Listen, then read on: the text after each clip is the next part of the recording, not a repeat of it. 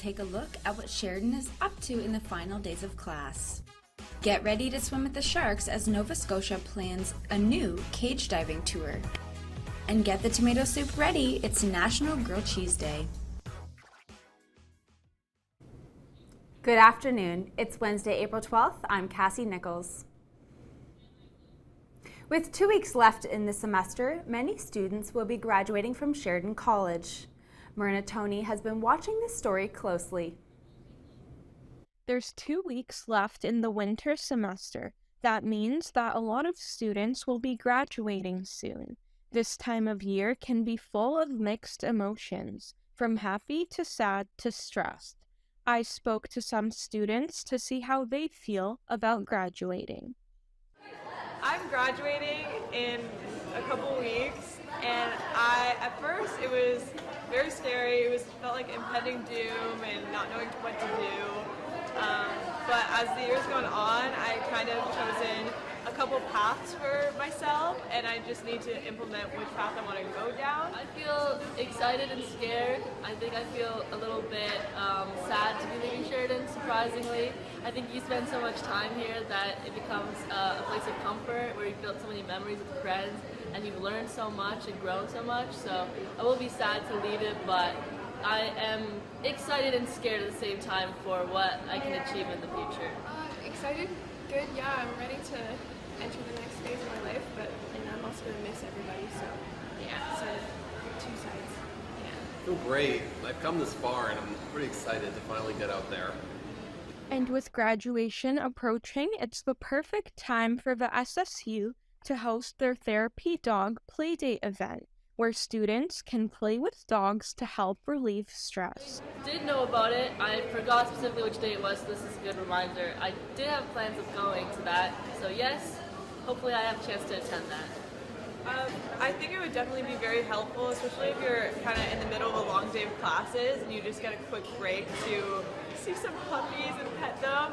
That would If you're graduating this year and need to de-stress, be sure to attend the Therapy Dog Playdate event happening between April 11th to April 13th.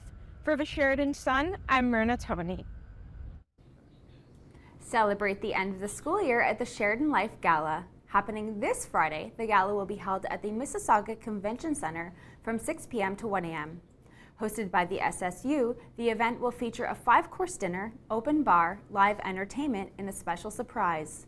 Students must be at least 19 years to attend. Visit the SSU website for more information or to register. Sheridan Theatre will be putting on a rendition of the rock opera Jesus Christ Superstar this week. The music follows the last week of Jesus' life and is loosely based on the Gospel of Matthew, Mark, Luke, and John. It explores the conflict and relationships between Jesus, his followers, and the Roman Empire. Head to the Sheridan Theatre website to buy your tickets. Now let's take a look at Paulina, who's outside with an update on today's weather. Paulina. Thanks, Cassie. Right now, it is a sunny, clear, and 22-degree day outside here in Oakville, Ontario. Our high is a 25 and our low is a 19, but that will be better felt if you're near on the lake. This evening, expected to cool down to 10 degrees with winds coming at us at 30 kilometers per hour, picking up to 60 kilometers per hour as the evening continues. We'll wake up tomorrow morning with feeling about 12 degrees, but the temperature is going to be sitting at 14. Because of the change in weather, I got the opportunity to speak to some people here on campus to see about their weekend plans. So, because of the change in weather for the past week, are there any changes in your weekend plans? Not really. I'm just gonna stay at home because I like more cooler weather. I'm not a person who just going out in hot days. Have your plans this weekend changed because of the sun? I would say not really, because our schedule is so packed, but it's definitely moving our work outside. Okay. Do you have any changes in your weekend plans because of the sun? Yeah, now we can go on patios and everything, so definitely more summer-oriented plans. And for you? I mean, I probably want to go to the park, probably. Other than that, not much, but probably park. Nice. Awesome. I just didn't expect it to be so warm today. Fair enough. You're harnessing the cold weather all year round, right? Yeah, weather always changes. changes so much. I just can't catch up. Yeah. Awesome. Thank you so much.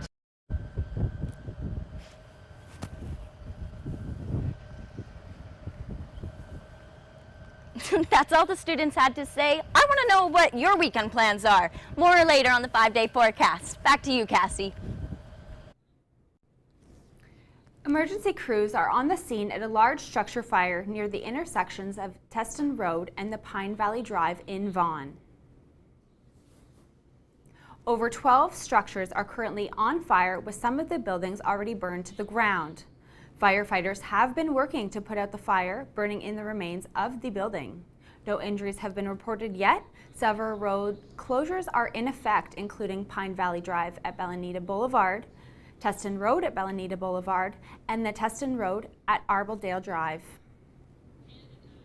York Regional Police are asking for the public's help identifying the suspects involved in the shooting in Vaughan.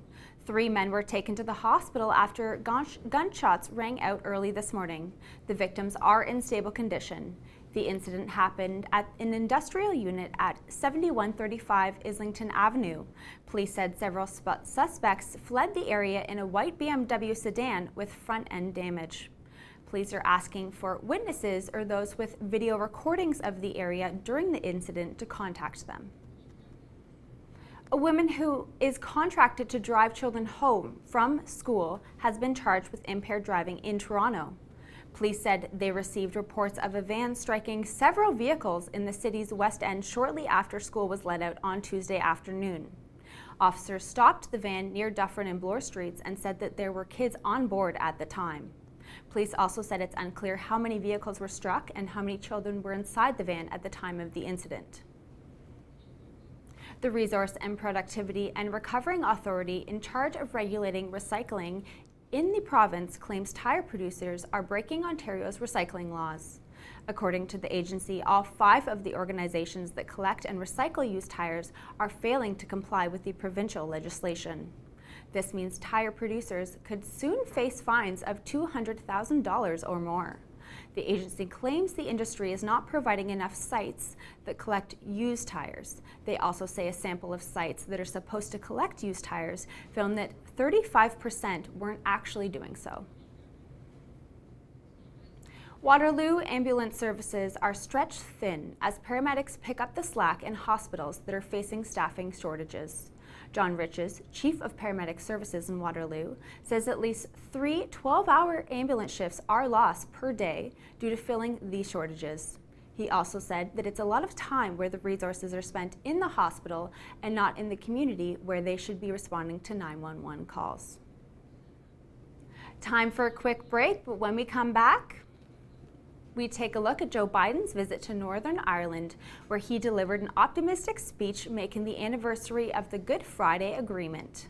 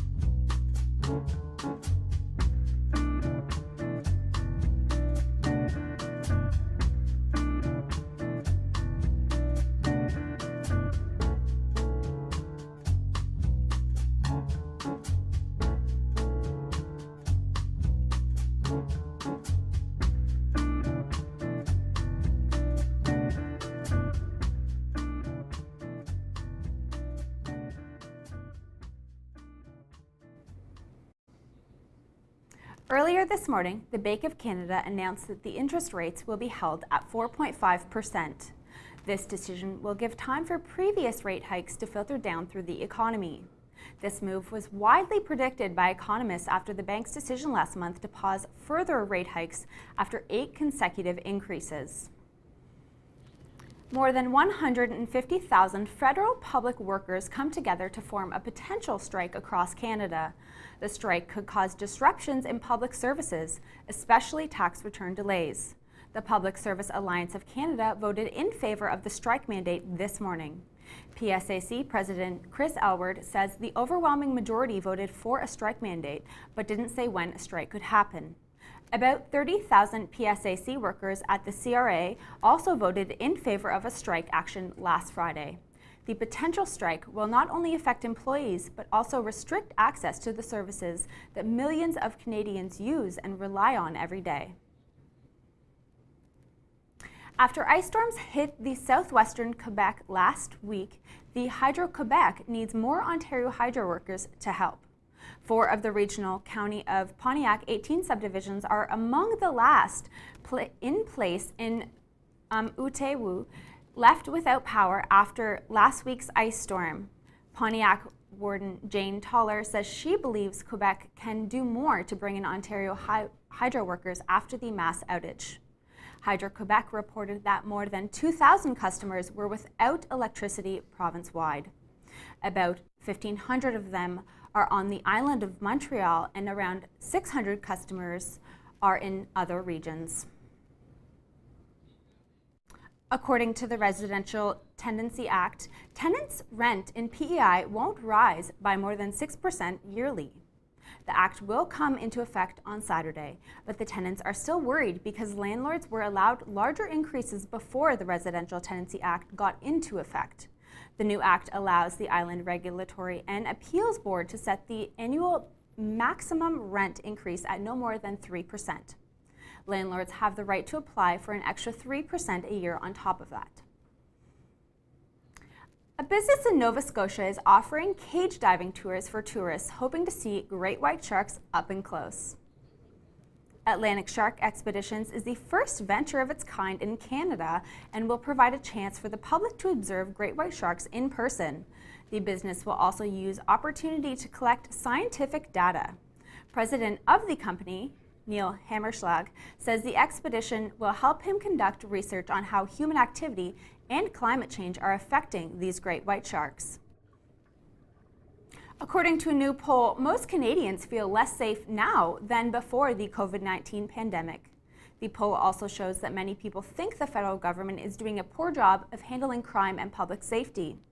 In an online survey, Ledger and the Association for Canadian Studies asked the citizens how the level of crime and violence in their community compares to before the pandemic.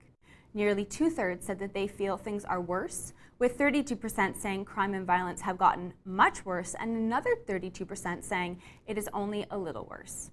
More than half of those polled said they think that law enforcement in their city or town are doing a good job addressing the issues of public safety. But 39% said about the same for their provincial government, and only 33% gave the federal government a passing grade. The death toll from Louisville, Kentucky mass shooting climbs to 5, police say yesterday. Today, police have released body cam video footage of officers confronting and fatally shooting a gunman. Get me out here. Stop, right there. Stop. Open the trunk. Police dispatch audio revealed the suspect, Connor Sturgeon, left a chilling final voicemail detailing his plan for the massacre. Sturgeon shot 13 people, killing 5 of them. With the new footage released, Mayor Craig Greenberg called for a change in the way confiscation guns are handled and said that the weapons are used by the gunmen will be auctioned to the public. Democratic Kentucky Rep. Morgan McGarvey attacked the GOP for failing to act on gun violence. Officials say that it took around 9 minutes from the moment Sturgeon took his final shot to him being killed on scene by officers. The parents of Sturgeon denounced his senseless act of violence, as well as sharing their sorrow, anguish, and horror at the unthinkable harm caused by the 25-year-old who broadcasted the attack live. Donald Trump's lawyers are asking to delay a sexual assault trial following his historical indictment. Trump's lawyers say delaying the trial until the end of May will allow a cooling off period following the indictment for the trial that is currently scheduled to start on April 25th. Trump attorney Joe Tacopina says potential jurors could be tainted by these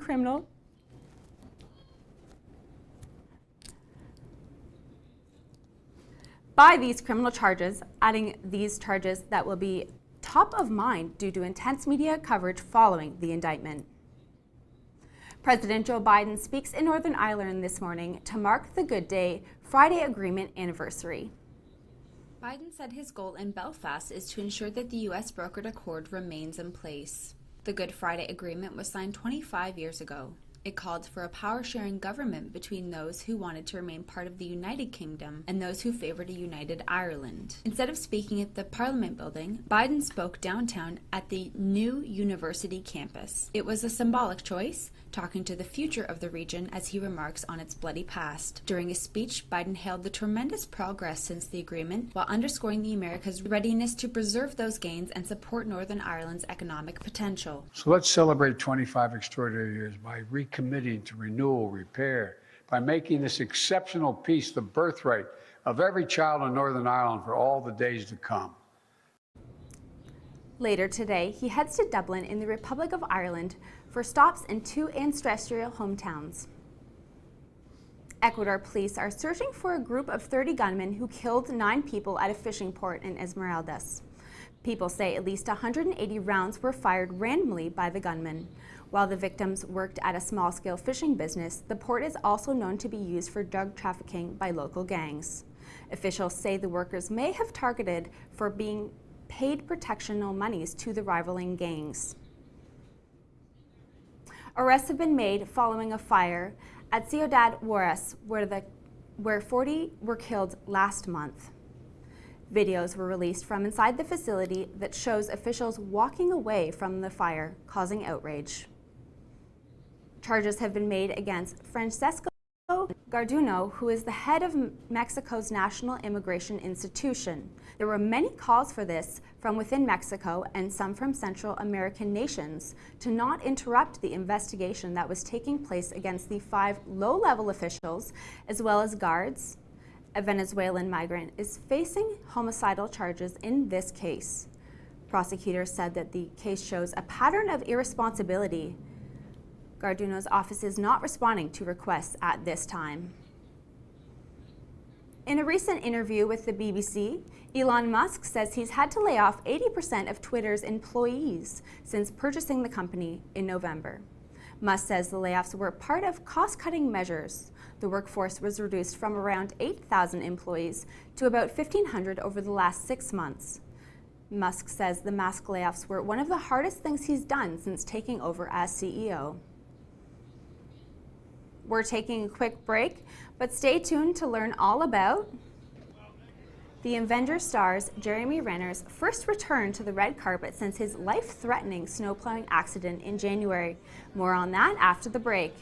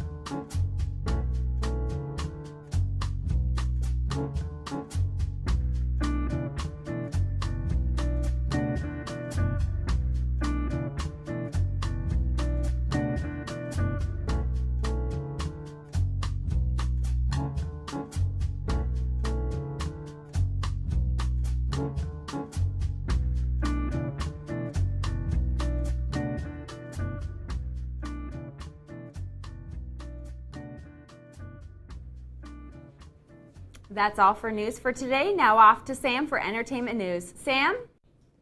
Cassie, there is one music festival that lit both the internet and itself, unfortunately, on fire. And somehow it's back. The original event coordinator, Billy McFarland, has announced that his once failed Fire Festival is actually coming back. He released the news through a tweet on Sunday and was met with criticism, memes, and backlash due to how badly his last festival went due to poor conditions and no food or water for the attendees or staff. If you're looking for some live music this summer, the Foo Fighters and the Breeders, led by Kim Deal, have just announced a joint tour this summer as well. The added show dates will take them through Phoenix, Arizona, El Paso, Texas, Virginia Beach as well. The Foo Fighters still haven't shared the replacement for their drummer Taylor Hawkins, who unfortunately passed away last year, but their next upcoming show will be held in New Hampshire on May 24th. It's also been a few months since Jeremy Renner's accident, but now he's recovered enough to walk with a cane, and to show off his upcoming Disney Plus series, Rennervations. The show sees him renovating and repurposing used vehicles for communities around the world for kids in need. He shared that it's one of his biggest passions and is a driving force in his recovery. Rennervations releases on Disney Plus for streaming later on today. Hollywood screenwriters have begun holding a strike vote since yesterday against the Alliance of Motion Pictures. The Writers Guild in the UK is urging members not to work until a strike is decided. The Writers Guild in America has called for additional compensation and residuals from films in theaters and streaming sites. The vote shall go from April 11th to 17th, and will release the results on the following the vote. The Muppets are coming to Disney Plus as well, and they're making an album with some of today's top artists, too. The Mayhem? They taught Motley Crue how to shred and party. They tattooed their name on me when I was passed out. What? The Muppets Mayhem will air on May 10th and also feature a new show about today's latest and greatest artists, learning what they know from the Muppets. Guest appearances include Motley Crue, Lil Nas X, Chris Stapleton, and a few others that you might recognize. A new Marvel teaser just dropped for the new movie, The Marvels, which is hitting theaters soon. Captain Rambo? What the hell are you doing? Entering the jump point perimeter. I'm gonna get you some readings, Fury. The Marvels is coming to theaters on November 10th this year and stars Brie Larson, Tanoia Paris, and Iman Vellani, and also directed by Nia DaCosta. That's all for entertainment for today. It's back to the desk with Cassie and Sean. Hey, Sam. Thanks, Sam. Sean joins me at the desk today with a look at sports. So, Sean, how did the Leafs do last night? Breaking news, Cassie, the Leafs won a game last night. The Maple Leafs held off Tampa Bay Lightning last night with a penalty central game in the sunny state. Back in the lineup tonight. Off to Nylander. Pitches it across the line to O'Reilly. Gets a return. Nylander scores! Just like that. On the power play. Sticks and gloves get up. Maroon and Sheridan will drop. Both teams had already secured their spot in the playoffs, but that didn't stop this physical match as the game ended with a 52 total penalty minutes. Both teams will likely play each other in the first round of the postseason, which starts on April 17th. I know who I'm not going to bet my money on for the 6th year in a row. One of the greatest defensemen in NHL history hits yet another milestone. Erik Karlsson became the first defenseman since 1992 to hit 100 points in a season. This season marks the first time in his career that he's reached the 100-point milestone. The two-time Norris Trophy winner in his 14th NHL season at the rightful age of 32. Women's Team Canada will head to the quarterfinals of the World Championships. Sandy Hart, so she kept going. Here comes Sarah Nurse. Nurse, backhand Chauncey made rebound chance. He scores. Sarah Fillion on the rebound. It's a tie game. After beating Team USA on Monday, Canada will match up with Sweden tomorrow night in Brampton. Raptors fans will go to bed tonight in either pure disappointment or a sliver of happiness. Toronto hosts the Chicago Bulls tonight for a do-or-die game situation. Both teams are competing in their play-in tournament game, which will see the winner move on to play the Miami Heat in the second game of the play-in tournament. Tip-off starts at 7 o'clock. Cassie, who do you think will win this game? I have to say Toronto. That's a brave analysis there. Everyone knows Michael Jordan and his Jordan brand, but what everyone may not know is that what his shoes are actually worth. A pair of game-worn Air Jordan 13s were sold on auction for a record-breaking $2.2 million. Cassie, what do you think about that? 2.2 is a lot of money, That Sean. could go a bunch of other ways, but it is the GOAT. These shoes were worn by the GOAT in Game 2 of the 1998 NBA Finals between the Bulls and the Utah Jazz. The sale broke the record for the most expensive pair of sneakers. Although they aren't the iconic retro ones, they still are black, red, and beautiful all over. The Blue Jays hosted their home opener last night in Game 1 of their 3-game series with the Detroit Tigers. For 19 start. As Kerry Carpenter hits one to center field. Backpedaling Kiermaier. Jumps! And he's got it! Oh my goodness! The game ended in a blowout 9-3 win for Toronto, including 4 home runs. They sit tied for second in the American League through the first 11 games. Game 2 starts tonight at 7:07 on Sportsnet. The Champions League quarterfinals kicked off yesterday with Manchester City and Inter Milano getting the first leg advantages. Today's games include Real Madrid versus Chelsea and Napoli versus Milano. Leg 2 will begin next week on Wednesday and Thursday. That's a look at your sports for the day. On to Paulina for the weather. Thanks, Sean. Expect a sunny day tomorrow with winds becoming west 30 kilometers per hour in the afternoon. The high is of 26, except 20 near Lake Ontario with a UV index of 8. Into the evening, prepare for a low 10-degree clear night. Leading us into Friday, we have another sunny day with a 20% chance of precipitation. The high is of 24 degrees with a low of 11 later into the evening due to cloudy periods. Into the weekend, Saturday, it's another sunny day with cloudy breaks. The high is of 23, but it will feel like 19 with a low of 9 with winds coming at 11 kilometers per hour just northeast of us. There's 30% chance of precipitation. As for Sunday, we can expect a cloudy day with 40% showers and a high of 16. Funny enough, our Sunday evening is cloudy with 40% showers too and a low of +5. Our sunny and warm week doesn't last for too long. Monday calls for a cloudy day with 40% chance of showers and a high of 10. The cloudy periods continue into the evening with a low of +3 and our precipitation being 30%. That's all for the 5-day forecast. Off to you, Cassie. For anyone racking their brain as to what they're having to eat today, the choice has already been made for you. Today is National Grilled Cheese Day, a perfect excuse for you to enjoy a classic meal that pairs perfectly with a warm soup or a side of pickles. No one knows what the dish was invented, but cheese and bread have been a staple in its diet for centuries. The version of grilled cheese we have all know to love has become a part of the staple since the 1920s when bread and processed cheese became readily available. Back then it was served as an open sandwich. But there truly is no wrong way to do a grilled cheese. You can mix and match cheeses, which usually are dependably delicious. Sean, what's your favorite way to have a grilled cheese? Well, Cassie, I'm no Gordon Ramsay, but I do like some caramelized onions and the perfect amount of cheese and anything else you can throw at that thing. I agree with that.